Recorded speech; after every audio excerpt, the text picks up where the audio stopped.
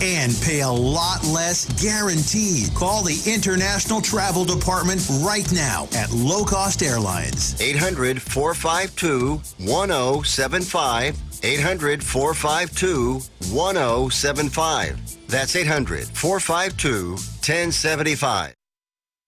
There's a new food show sheriff in town, Podna.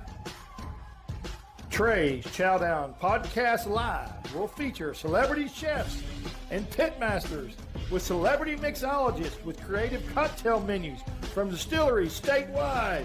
We'll have farmers, ranchers, wildlife experts, fishermen, and more, all for the culinary world and the foodies. Live from the Spoonie Studios on the iHeartRadio platform, Trey's Chowdown Podcast Live. And here we are back again for another Trey's Chowdown Live. And I got some people in the studio today. It's going to be an exciting day. I got Chef Keith Button Hicks, which is now the Rim, and Brent Johnson. And that's your last name a while ago. I should have done that. No worries. Brent is owner of the Rim and also Real Mambo, and we're going to talk about all this stuff. But I want to talk about hot topics first. As y'all know, I touched on this, I think, last week, but I just wanted to say it again. After 28 years, Primo's Tex-Mex in Dallas closed in 2013, and they're bringing it back. After 5 years, they're bringing it back, same location. I don't know how that happened, but they are. That's good news. They're a great operation. Yeah, they're bringing it back, and it's gonna have they're kind of involved in they're involved in the menu, but the original location is what gets me. I don't know how they did that. I guess something didn't work there. Man, I've been buried in Fort Worth so long, I didn't realize they closed in 13. Yeah, I know. Wow. And Bella Greens, which I love that new concept. They've debuted their new seasonal menu. Everything over there is great. It's gluten-free.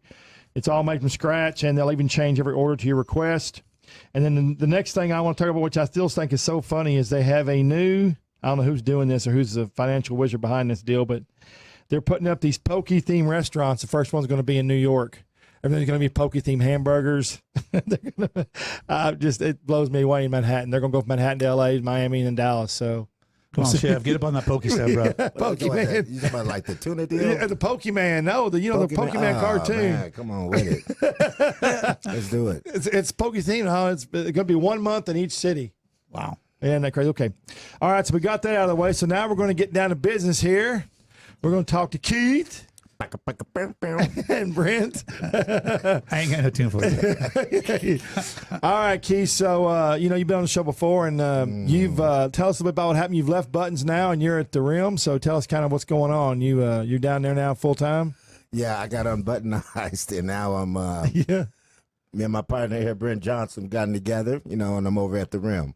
And so it's a beautiful thing. It really is, Trey. Now, the Rim's in Dallas. Dallas. I'm sorry, in Burleson. Close. Burleson, right? Close. Yep, yeah, Burleson. close. Burleson. And when y'all started this deal, wasn't this your idea together, or did y'all kind of collaborate on the deal when it first started? Yeah, well, when I started the idea behind it, I always knew I wanted great food to be at the core of it. Sure. Of course, when I think about great food, I think about Keith. Right. And he and I have been trying this reunion for a while, and we're always about a inch or two off success. Right. So we cooked together back in the end of 2017, and he was getting a little separation anxiety. So yeah, I had it bad. Trey, he saw it all over my face. Yeah, she saw it all over my face. It was my baby, but it was time to do it. Yeah. What do they do? What do you do with the place when it's got your name on the building and the chef leaves? What do they do then? I don't know, but I bet you some lawyers know what to do. I'm sure. So I mean, it's a little bit out of my. That's a little bit, but yeah, seriously. Get a big ass Sharpie and take care of that truck. Yeah. Oh yeah, that's right. The truck's got your name on it. Yeah. Yeah. So you went down to the Rim. Tell everybody a little bit of background about yourself. Where you're from, kind of how you got started, and then we're gonna go back to the Rim a little bit. Well, let's talk. Okay, let me say how me and Brent got together. Okay, that's perfect. Perfect. So in like 2000, I came to Fort Worth and started off at the Worthington. I told you this one. Yeah. And there was a guy, Lamonia. You probably know that cat. Yep. He was telling me how to hold my knife. He didn't have any teeth. Yeah, I remember. Tell me how to hold my knife. I've played that segment about 3 times. And so I was like, man, I got to get out of here. I went across the street to Risky's. I was like, yo, man, y'all hiring, trying to learn some barbecue. He said, no, but they're hiring across the street at Ellington. Yeah. And I came over and I met Brent. Brent was sitting out there in the, in the restaurant. He said, "Hey, yeah, I'll go back there and talk to the chef and see what happens." And that's how it started. And, that's awesome. And so you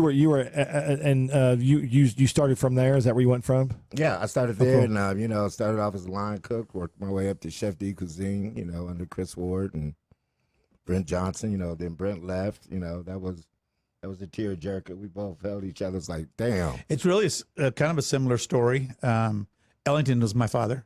Oh, okay. And so I was in a partnership with Air. Oh, okay. But the business end of it wasn't Right. working. Sure. We left very good friends. Yeah. As a matter of fact, I know Zach who still has the concept. Right. Oh, yeah. Yeah, Right. I know. Yeah. That. So it changed a few times. They sold it a few times, but it was very similar. So I could really appreciate what Keith was going through Right. and recognizing it. And I said, man, you got to get that out of your system. You can't serve two masters type deal. No, you can't. You just can't. You cannot. I've seen some good chefs try, and It's impossible. It just is. It just dilutes you. So I said you got to get that out of your system. I respect it. I understand it. I've been there. Creates a lot of friction. It just does. It just does. And you ask what's going to happen with it. I think it's pretty predictable. Yeah. Right. Right. Me and Keith will open something again. Right, for sure. With Mr. Buttons on it. So Yeah. it's just a matter of time. Yeah, you mentioned Zach. Zach's doing well too. Yeah, he's a good guy. Yeah, Really he's good guy. the one in Arlington. I mean, I've been there a couple times. I really like it. Yeah, they did a nice Yeah, job with that space. They did. Yeah. He really did. Yeah. So the menu, let's talk about it a little bit. You're gonna y'all have the menu already in place at the Rim, but you're gonna do some new stuff. Then you're gonna have a fall menu. Tell me a little bit about kind of what's at the Rim, what you're serving down there. Okay, so you think Burleson, you think of big boys. They got the big toys, Right. the trucks and stuff. They're rolling in. So we're gonna keep it cool country. Yeah. That's awesome. So, and that's what Brent. That's what we've always done. With that old Ebony Ivory connection. It's always like with Ellington's. It was like country cool. With soul. With soul. Yeah. And so that's exactly what it's gonna be. We call the food American retro with a side of vibe, and we just added a punch of soul. That's great. American Retro with a side of vibe. That's neat. Yeah. That's a great. Yeah, that's kind of what I just want to take old things that people identify, bring them into the today, Sure. and have a little Right. twist on them. There's no one better to do that than Keith. Yeah. And we've been doing that when we first started the menu, even together before we had to go separate ways. It was all about, what can we really produce out of this Airstream? Right. Really high quality. Yeah.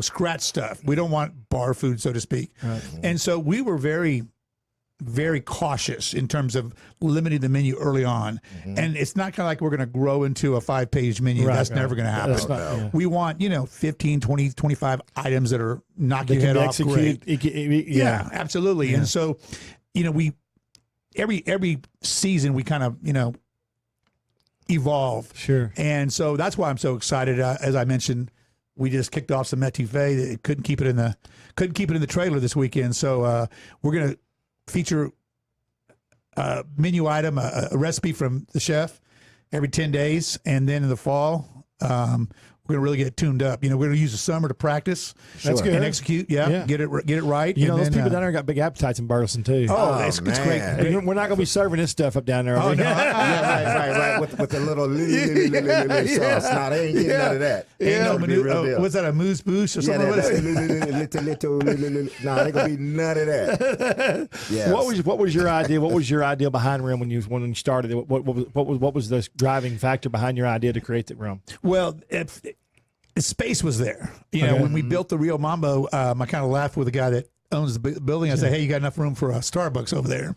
And he kept on saying, "Hey, why don't you do something with it? Why don't you do something with it?" And I said, "Man, I'm getting ready to be 60, so is my wife. I don't want her to have a baby, and having a new restaurant is like having a baby." An infant. Yeah, absolutely. You start all over. Yeah. And we've been traveling and seeing these different concepts and the whole gastropub thing. Yeah. And I wanted to do something in that element, but not gastropub, and I didn't want to do something that was bar food.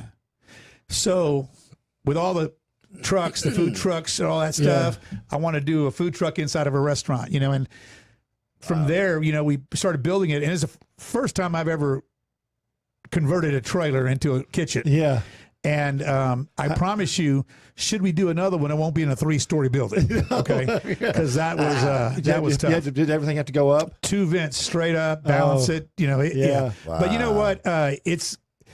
Keith is already recognizing, if we know then what we know now, things will change, evolve. Sure. But right now, we're just trying to make the operation, pliable Sure. and easy to approach from anyone. Guys can come in there shorts and sit at the bar and have a great cocktail and have an outstanding appetizer, For sure. or eat. We had 2 people come in for brunch and had some brunch. We just want people to come in and relax. It's a really cool environment with the Marilyn Monroe room and the guitar lounge, and it's just fun. The music is great, which Keith and I have always been into the whole music, the whole experience thing. Sure. So, I'm excited to rev this menu up a little more. They did a study. I don't know who. I read so much stuff about the restaurant business, but they did a study recently, like a month ago, or 2 months ago, and I was telling Teaser this from Dallas.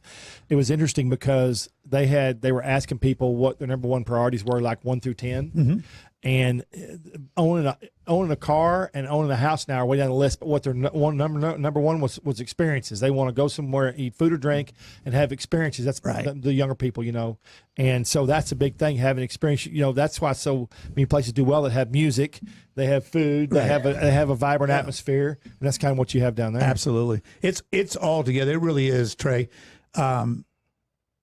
People go out now, and the cool part about the Rim is people really enjoy the vibe and the ambiance and the great food.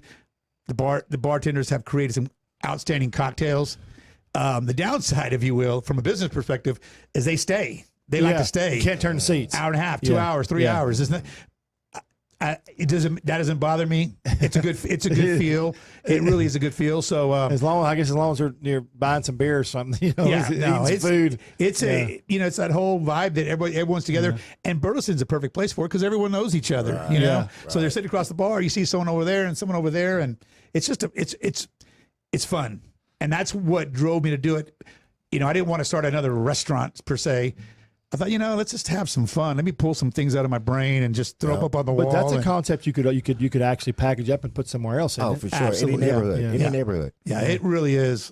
It really is. We've how did you get it in everything in the building that you did the food the trailer deal? How'd you do that?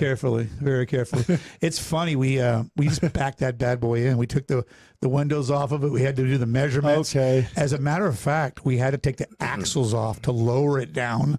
And then, so it run right. So it ran it in, and then of course we couldn't lift it too much because half of it's sticking out of the building. Right. But man, I had some good guys who had some great ideas, and that was only part of the deal. Then we put that wood burning oven on the back of it, and because it's just great pizzas. Have some fun with pizzas. Sure. Yeah, sure. And so it was literally created as you go. We had a kind of a vision for it, but where you think you're going and where you end up. Right. But we were real flexible. I had some really talented guys who knew how to deal with stainless steel, and but it turned out real well. I'm real pleased with it.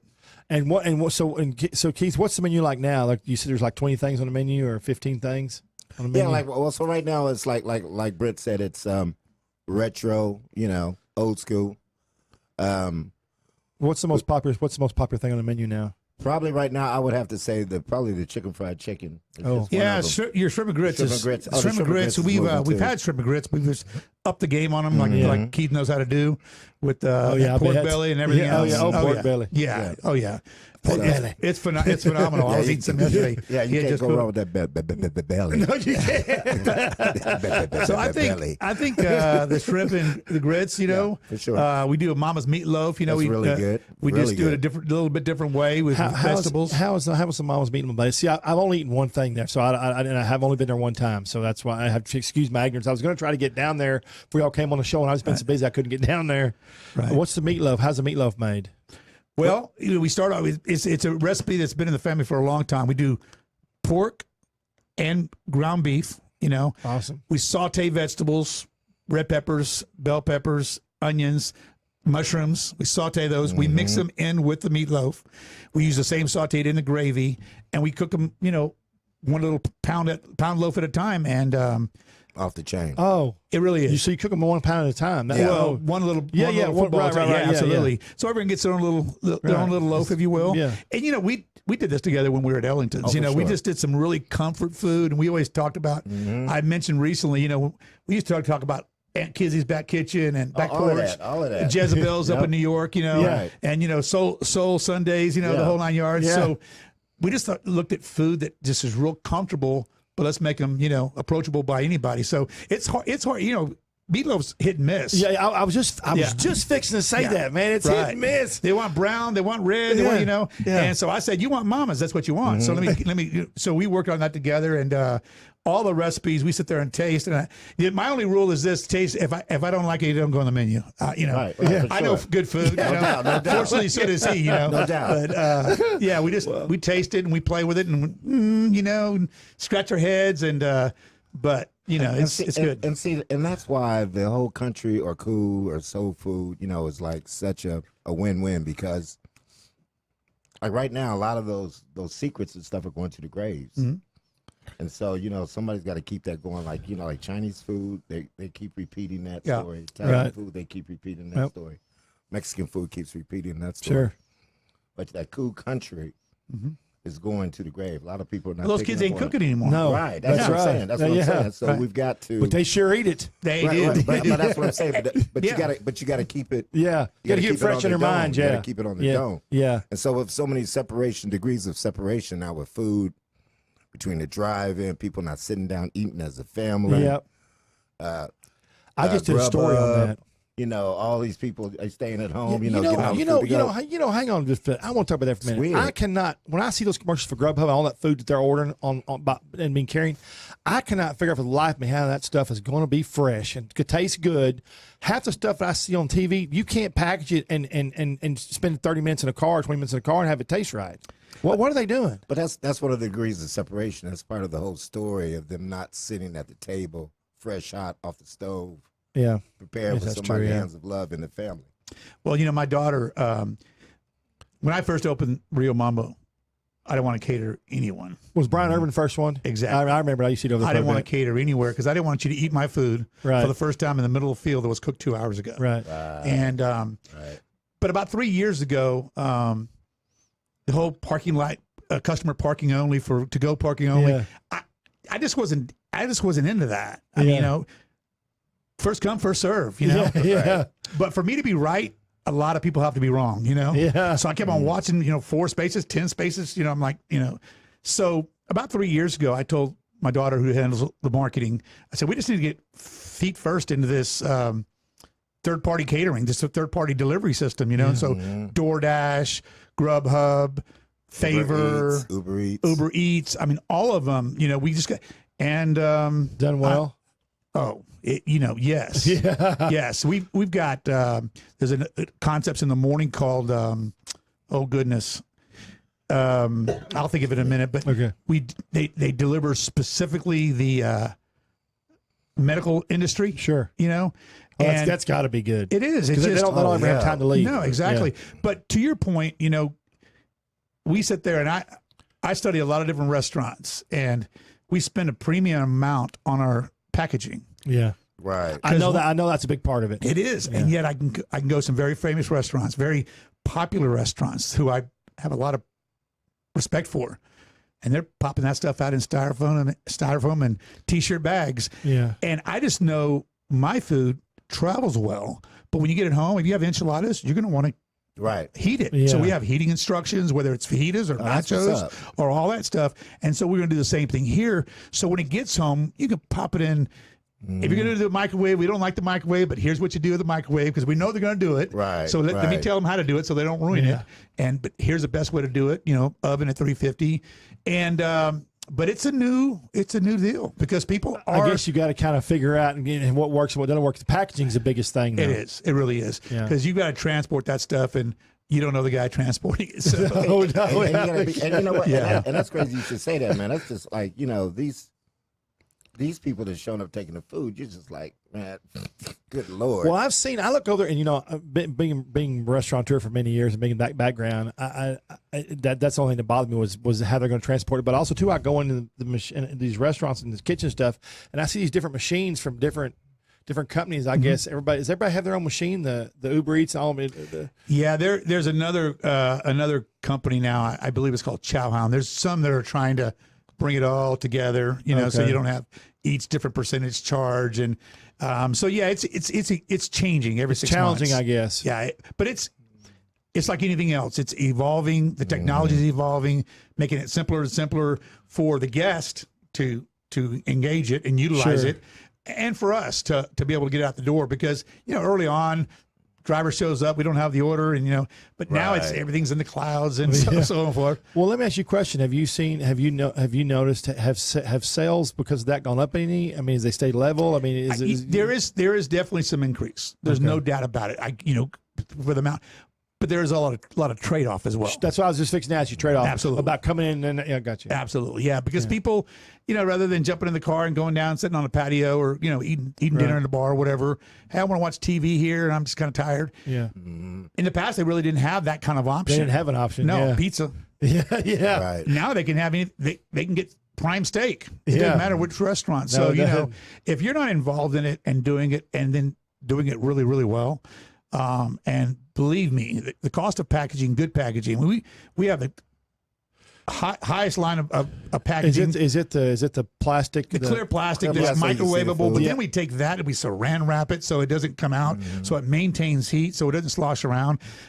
We really studied how to do it because I'm pretty. You have to be. Yeah, I know you're gonna get this food. I know I'm gonna make it. It's going to order it, and you're going to want to taste the same as you did when you came to my restaurant. Absolutely. They don't want to hear excuses. They just want to taste the same. No, they don't. I don't care if I ordered it 20 minutes ago and the guy stopped at 4 other places. Yeah, it's not my problem. No, it's, and they're not mad at Uber Eats. No, so our name's on it. Yeah. So, but it's a good thing, I think. And it's also, it is so important too, like just to make sure all elements are in the bag, because your sauces are usually on the side and stuff. So you want to make sure everything gets there. And nothing's left out. Yeah, because they will call. And y'all sell pizza at the Rim too, correct? We do. Oh yeah. Now does your kind of pizza, your ovens, does your kind of pizza travel well? It does. Yeah, it really does. As a matter of fact, some guests, it's an educational process. Yeah. But I can par bake a pizza. You can go home, put it in your oven. For less than 10 minutes, and it's like it's coming out of my oven.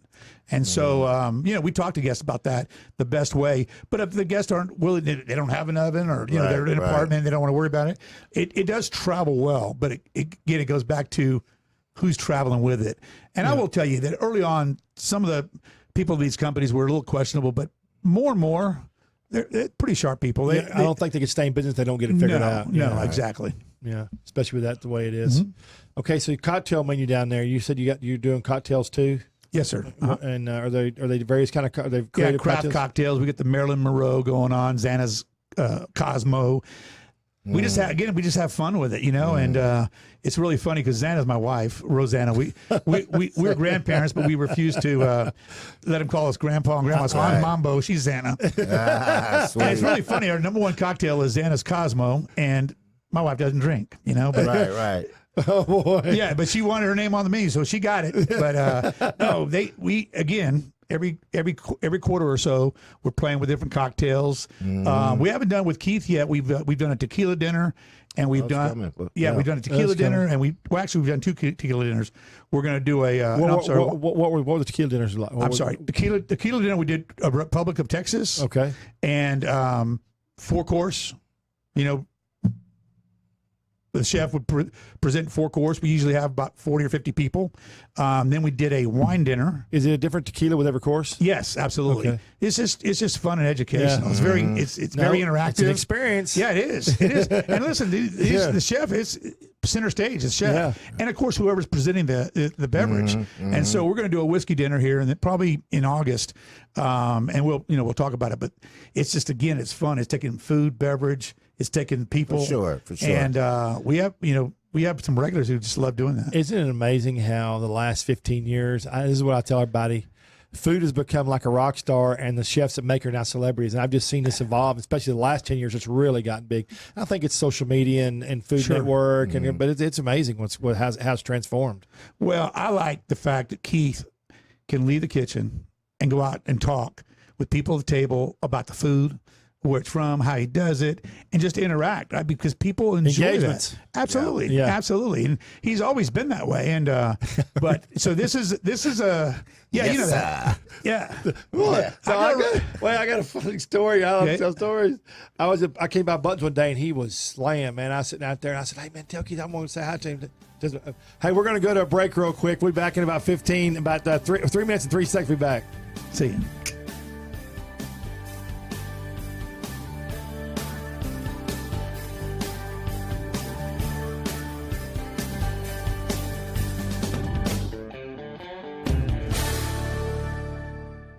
Why have thousands of aspiring authors teamed up with Christian Faith Publishing to publish their book? Because Christian Faith Publishing is an author-friendly publisher who understands that your labor is more than just a book. We provide authors freedom and flexibility throughout the publishing process, professional book editing, award-winning design, and some of the highest royalty structures in the publishing industry. And as always, you will retain 100% of the rights to your book. I was looking to find a company that I could trust, one that assisted in the editing process completely. The most important qualities that I was looking for was a publisher who was honest and upfront, no hidden costs or fees, and owning the rights to my own work. Christian Faith Publishing will publish, market, and sell your books in all major bookstores, online booksellers, as well as specialty Christian bookstores. Call for your free author submission kit. 800-978-4812. 800-978-4812. 800-978-4812. That's 800-978-4812. Dr. Ken Brown here, host of Gut Check Project with my co-host Eric Rieger. Eric, we've been seeing Mojo guys over there and over here at Spoonie talk about Atrantil for bloating. I've seen in my practice that Atrantil is a whole lot more than just a bloating product. Yes, it does a whole lot more than just fix bloating because of the polyphenols that you find in Atrantil. You're exactly right. The polyphenols are those molecules that we find in the Mediterranean diet. It makes vegetables and fruits very colorful. What are some of the things that these polyphenols do, Eric? These polyphenols can actually stop inflammation. They can help you have more energy. They can help you with anti-aging. And polyphenols are great for athletes. It sounds like it's going to help a whole lot more people than just bloating. Tell me how everybody should be taking Atrantil. If you want to dose Atrantil, it's 2 capsules 3 times a day, basically with your meals. But if you aren't bloated and you just want that polyphenol intake every day, 2 to 3 capsules a day will work for you. Go to lovemytummy.com/Spoonie. Yes. He knows I'm working it out. And so we're back again on this great network, Spoonie. I still can't figure And we're back again on Spoonie. I still can't figure out how I got my own show, but boy, it's doing well. So we're back on Spoonie now. We got some of the dishes out here from the Rim, which is awesome. So, Keith, let's talk about these a little bit. I want everybody to see these. Yeah. Y'all focus on these dishes right here. Okay, so that right there. Which one is this, Keith? That would be the shrimp and grits. About to pour down onto my Birkenstocks. I see some pork belly there. And that is pork belly. And I got some over easy eggs, the Holy Trinity, the peppers, celery, onions. Boy, it looks delicious. Look at that shrimp. You got to talk about them grits too, man. Yeah. The grits. Those grits started off at Ellington's. Yep. It started off at Okay, Ellington's. that's awesome. Yep. And there was a cat named Bob Iman. He used to come in there all the time. Yeah. I want grits, Keith. Grits. And he still does that. He tells why he's always, and he tells that story. So it'd be the heat of the battle. We're getting smashed on a Friday night, and Bob would come in there wanting some grits. I would stop and go make grits for Bob. And so these grits been around a while. Then. Oh, they've been around a minute. So what's all on the grits? Well, it's got peppers, celery, and then a little of that good sauce. The cheese grits. Yeah, they cheese grits. Yeah. I know you want to get the whole secret The type away, of cheese is shrimp. Yeah. Okay. And that's how we do it. That's some big shrimp too. Oh yeah, that's those 10-15s, baby. And I love. I'm a big pork belly guy. Oh man, pork belly's made a huge comeback in the last 10 years too. It has. It has. Appetizer in dishes everywhere. And I think that's because of all the barbecue shows and the chefs doing all the stuff with the pork belly and making it thick and cut. And it's just for those who've had the PBLT, the pork belly bacon and lettuce, it's getting ready to take another job. Wait, what would you? That's a dish down to Rim. PBLT, yeah. We do a PBLT. Yeah. Pork belly, bacon, lettuce, tomato. It is it's turned up. But yeah. Is it thick or is it thin? It's thick. It's thick. Keith knows in size. He understands pork belly. Yeah, so we about to raise the roof up on that, make it all Jesus, make it all cool, which is all good. All right, so what is this dish right here? That is Z Crawfish Etouffee. Look at that. Look at that. And I know it looks a little dark, but it's not gumbo. No, Trust it looks me, you'll great. know the difference. The mud puppies are swimming around in there, but it's those spices, man. It looks great. That turns it up a notch. Yeah. And trust me, that plate right there.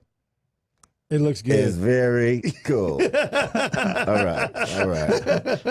Yeah. That looks great. This is is this new to the menu too, or has it been on there? No, we rolled that out Saturday. Oh, Yeah. okay, Yeah. awesome. Yeah. So He that's called all me cool. Friday, say, "Hey, can we do some etouffee tomorrow?" So how'd it do? Oh man, it blew it out. That's out. awesome. Yeah. Yesterday too. All day. Yep. You did some yesterday, but Still it was rocking. awesome. It was awesome. People are digging the etouffee. Yes, Yeah. they are. Yes, they are. So I want to talk some more of the menu, but I want to tell you the stories. But Keith always likes to go out and talk to people, and he was getting slammed, and I knew he was getting. Man, they had all people waiting. I mean, they were just slammed, and I said, I hadn't seen Keith, and I said, tell that son of a bitch. I said, come out here. I want to say hi to him. He didn't come out. I walked about, and he said, Trey, I can't go out. I can't make that walk right now. It'll be 3 hours out there talking to all those people. That's happened. I got to run the kitchen. That happens. Yeah, because you can't like put your blinders on and go straight Right. to one person. No, you because can't, because they all people grab like- you. Keith. It's like this the whole time. So you got to make sure all your stuff is turned off. Yeah. All your ducks are in a row before you make that walk. Expose all empty. Yeah. Expose all empty. Yeah. Dishwasher's doing his thing. Yeah. That's Tell him the dishwasher story. You remember that? Yeah, you did. That dishwasher. Yeah. We was like, boy, you better get your ass back there and wash them damn dishes. Yeah. Somebody out there. He was dancing. Yeah, out there dancing, working the room. I'm like, I was sitting there talking to Trash like, is that my dishwasher? I was like, wait, hold the hell up, Trey. I'll be back in a minute. The dishes were staying. This kid was dancing with all the women. Well, Yeah, well, hey, he was. That happens. Yeah. And I mean, it was just a crazy. But I mean, in the restaurant business, and I tell people all the time, the restaurant business is the microcosm of life. Mm-hmm. It is. If you can I agree survive with you. those four walls, because you go in there, liquor's there, Right. women are there, Right. dudes are there. Right. I'm quite sure if you look hard enough, you can find, some drugs or whatever. It's all Seedy in those four- stuff. Seedy stuff. Stuff you're not supposed to be doing. That's right. Gluttonous is Yeah. all there. Yeah. And when we turn our key, we're surrounded by this all day. Yep. It's not like everybody else that comes in there for happy hour. No. This It's the is number what one we do this profession. all day. And so if you can survive those four walls, Yep. outside those four walls, it's easy. That's the easy. number one profession for alcoholics now. The microcosm of life. Police officer or the security service business. I don't know. It's kind of funny, but yeah. So okay. So what? Real quick, I'm gonna give the rundown on the menu. You got. and we didn't talk about the messy. Oh yeah. Sorry. Messy. Hey, don't trip on the messy. Don't let the smooth. Hold up, yo. Don't let the smooth taste fool you on this one. This one here is a beast. It's got that jalapeno mayo. Oh, that's 3 good. meats, a demi, brown gravy. A brown gravy, Jay Novacek, you would be proud of. I know you like your brown gravy. And then it's got the shredded lettuce. But this is off the chain. What's it called? The hot messy. It's called the messy. The messy. Yeah, it's the real That's deal. awesome. Okay. I love the trade Messy, much love. Represent, baby. That's Represent. funny. So you got pizza dinner too. Yes. Hamburgers, obviously. Oh, yeah, for sure. Hamburgers. For sure. And then you're going to bring a new item out about every 10 days. we do a tenderloin. He does a hell of a tenderloin. Oh, yeah, tenderloin. Oh, yeah. yeah. Yeah. And that's our goal. Like, I love since we tenderloins. we did some steaks Yeah. back in the day. Yeah. Back in the day. Mm-hmm. There's no need of them cats turning the corner, taking 35 north. That's right. Coming to get a damn good steak. That's right. They can stop right there on that corner. Yeah. And we're going to make sure that happens. Amen. That'd Watch. be awesome. Watch. That'll be awesome. That'll be Watch. awesome. That's going to be really good. Yeah. Yeah. And then do you have your craft cocktail? You have a menu? Is it something that they change those up seasonally, or how do they do that? Yeah, but about every 3 months, we add and subtract. Again, something's got to come off or go on. Right, yeah. We're not trying to overcomplicate it. You Right. can't. That craft cocktails take a lot of space. Yes, so, sir. Yes, yeah. sir. And your bartenders do that, or y'all come up with those? How do you do that? No, bartenders. We Yeah. it's like the chefs. We involve everybody. And they're very enthusiastic about it. They want to show. Customers are asking them, "Hey, I had this," and we call it the Teddy B burger.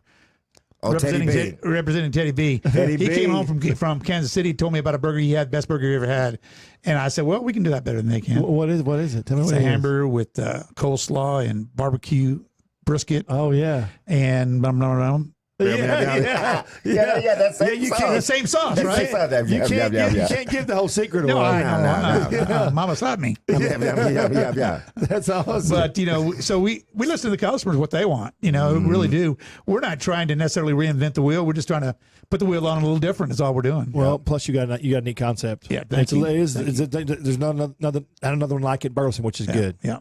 So you have the rim, but I also want to talk about Real Mambo a little bit. Yes.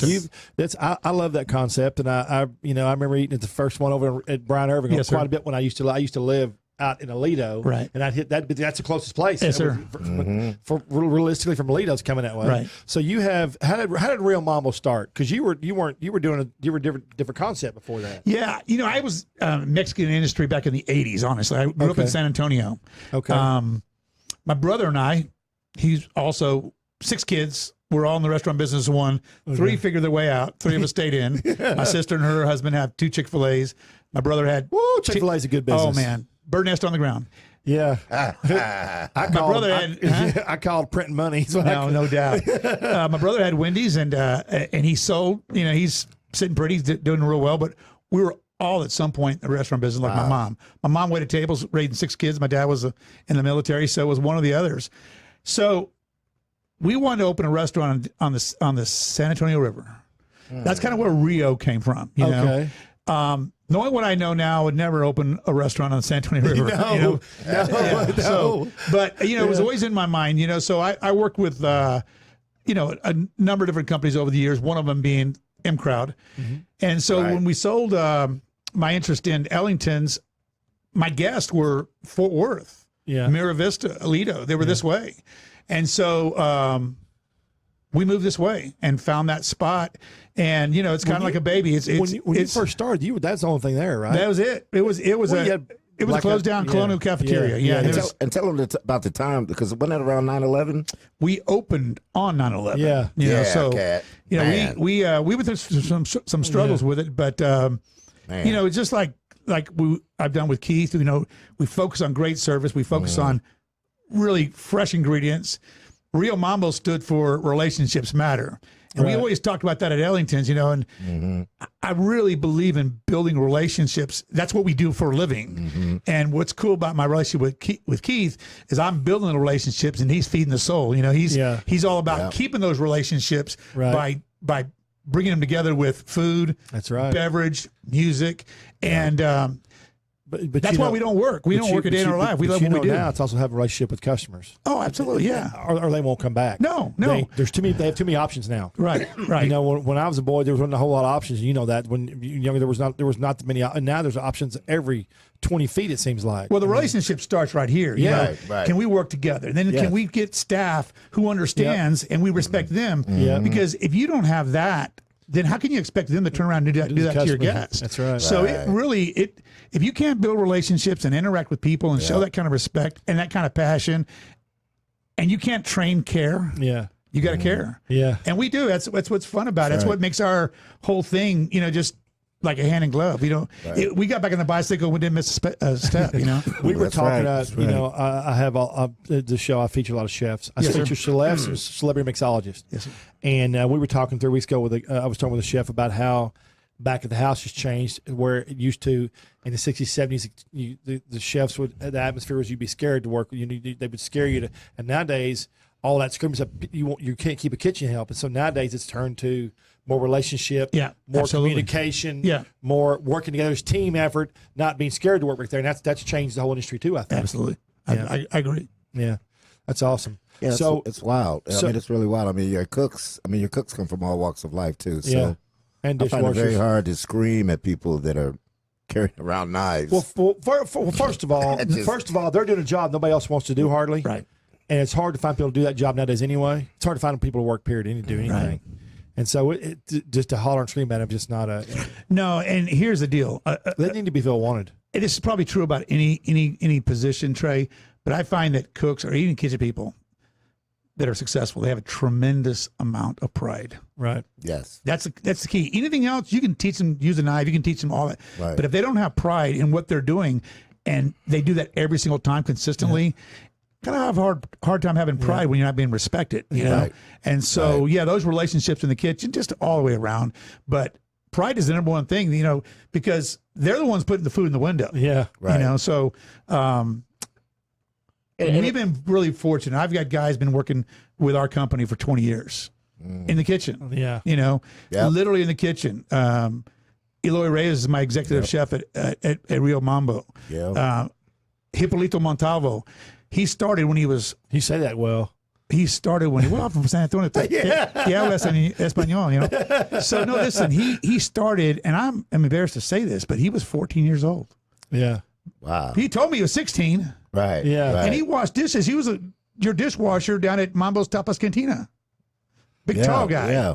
Right. Well, he's 34 years old now, and he's got 5 kids and a wife, and he's running the ballpark location. Yeah. He's amazing, Yeah. And so these guys are able to grow in, and that's what we try to offer is, everyone's life's getting better. And and you treat them that way, and you give them an opportunity. And honestly, our growth at Rio Mambo wasn't stemmed by the fact that I want signs everywhere. It really wasn't. I woke up one day and my goal was to put my kids through college, and I'd done that. And I looked around me and got Eloy, this guy right here, and you got a lot of kids to put through college. Yeah. So every time we've opened a new location, I say, listen, it's not about more money. I can't work any more than I'm working. Yeah. Right. Do you want to do this? Yeah. This is what it's going to take, but you're going to have to do it, And guys say yes. So they get to run their own kitchens. They get to run their own business. And listen, if you can run my business and be successful, one day you'll run your own, and hopefully it will be yours. Right. So you've got you started. That was the first one. Yes, sir. But you didn't have plans to do any other ones. No. That was, and you've got 7 now. Yes, sir. And what are all the locations for those? There's 2 in Arlington, Ballpark in Arlington, South Arlington. See, I have not been to the one in Ballpark. Yeah, it's right there on nice. Ballpark Way and. Is it up front where? Ballpark Way in Lamar. We're on the north side of I-30. Off of Ballpark Way in Lamar. Okay. And then the South Cooper, we're all the way out in Weatherford, which has been an outstanding community to serve. Doing well out there? Oh, yeah. It's been doing really well. When we opened that location, I probably said no 4 times. It's Bible Belt out there, and it took a long time for them to get liquor out there. But liquor's a key factor. We opened those doors, and they've been coming ever since. Awesome. Great community. And, of course, Burleson. We're in Burleson. Sure. My second location was Colleyville. We opened in Colleyville. How's that one doing? It's doing real well. It was, again, talking about by chance. I just saw it, dropped my daughter off at school, and I saw it looked a little tired. It was at Wings and More. So it was a little tired. Yeah. The grass, the neon. Yeah. And I just You called. can tell. Yeah, I just called and said, hey, I really like y'all's building. Who's y'all's architect? And next thing you know, the owner calls me, and I try to kind of, pursue that. And he goes, listen, something you told my secretary indicates that you're interested in my building. Well, kind of guilty. And so literally that was on a Tuesday. We had a deal on Thursday. 30 days later, he gave me the keys and all the equipment.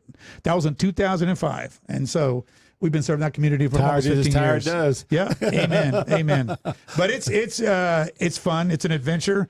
I think I've mentioned to you a little bit earlier about we have a joint venture, if you will, at the airport. Which terminal is that in? It's in the international airport. Okay, the big one. Yes, sir. 2-story? Yes, sir. Star Concessions does an awesome job.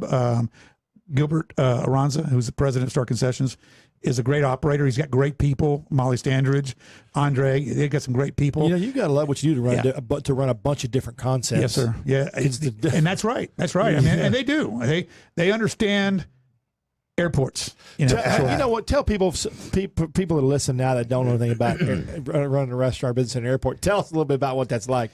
Tell like the knives. Tell the. Well, let's start with the employee, the employee market. The employee market. Those guys go through a stringent background check, and we're not just talking E-Verify. Yeah, they go through a federal background check to get this. So you got to figure out how many people can pass a federal background check.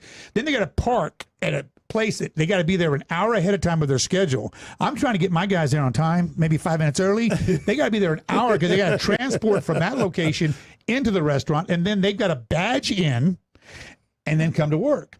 Damn. So that's an hour at the beginning of your day and 45 minutes on the end of your day just getting to and from the parking lot, not from your house. Number 2, there's any number of regulations, and I was talking to you about earlier about the knives, and it's a good thing. I mean, safety. Safety. All your equipment's got to come through security. So let's just say I'm using 15 knives, cook's knives. We're not talking about butter knives, cook's knives. They inventory every one of those. At the end of the day, they come in, they count every single one of them. You roll them up, you put them in the safe. You can't open that safe in the morning until they come, and they come around every morning about 5 o'clock, 4:30, 5 o'clock, open the safe, count them again, and that's how they manage it. I can tell you 15 more, 20 more, 30 more, how many of you want it. We don't have enough time, but the regulations there, running our business is a challenge at best, But so at an airport, and the reason I say this to you is because when we were friends, we had 125. We had Dairy Queens, had some church fried chickens, and my dad in the 80s bid on the restaurants to go in the terminals out at DFW, Dairy Queens and churches. Yeah, and he didn't get it, but I remember reading all the regulation stuff, and that was minuscule at that time compared to this now.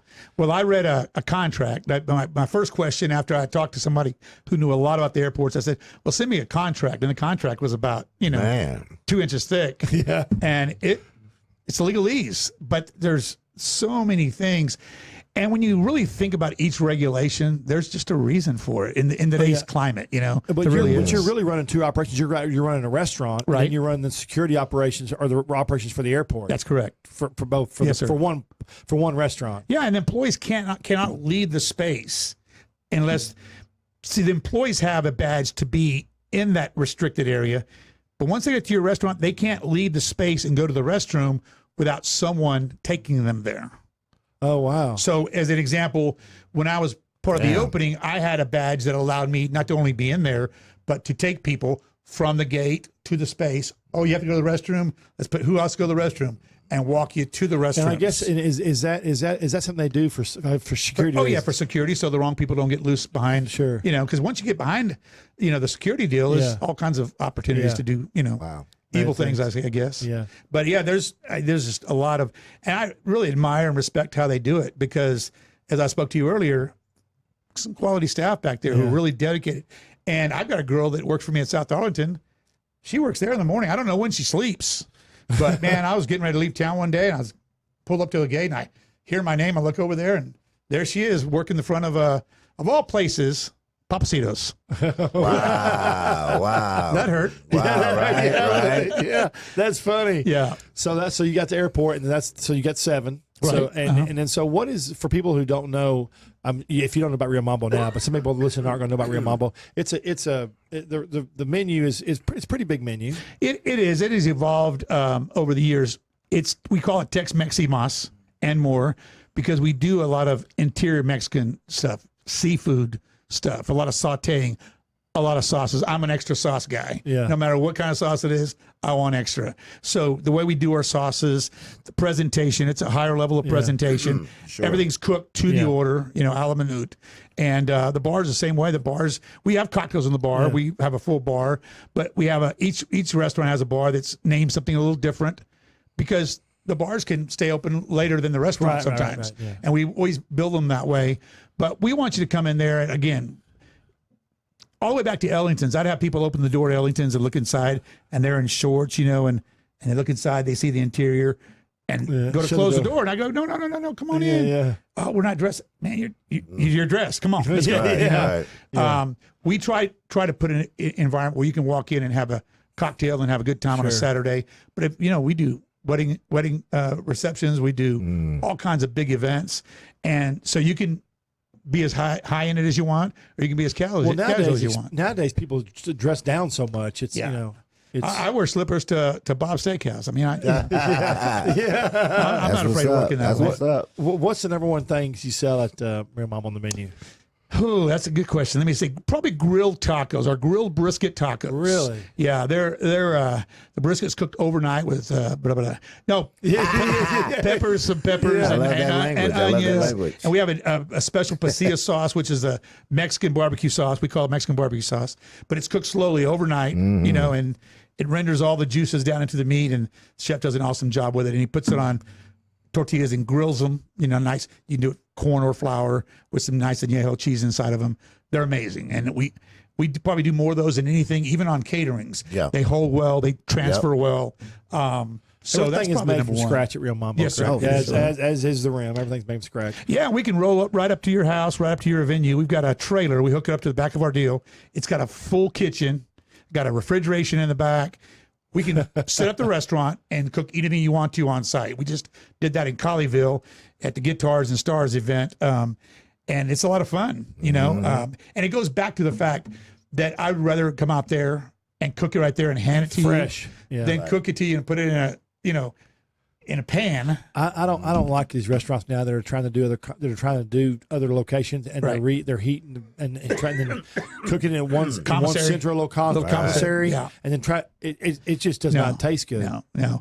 I can name a couple over the years here in town that have done that and have suffered because of it. I'm not going to, but you know, especially when you commissary sauces and just start doing all this batch cooking, it's just not the same. It's just not the same. You could do that. You can't do that anymore. People want the people's palates have changed. I think. Never trust a skinny chef. Okay, no, you got to test everything.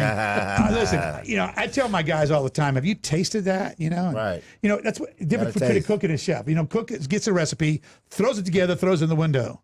Man, a chef doesn't need a recipe. He just needs ingredients, puts them together. He's tasting it. I'm sorry, guys. He's tasting it. We're tasting it all the way through, just like Mom does, right? Yeah. And so it's all about tasting. You know, you can't put a recipe together and say, okay, put 10 of this.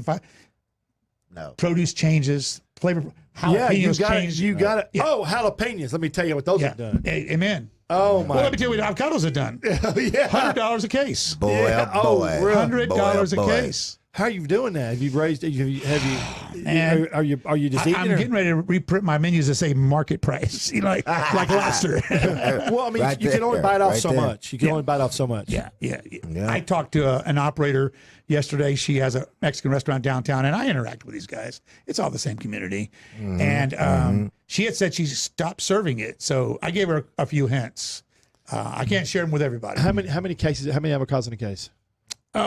Quite a few. It varies 48 to 60. Yep. 48, so 60. if you divide that by 100, that's expensive. And what when you make if you go to the store right now, they're $3 a piece. If you make do you do table side guac?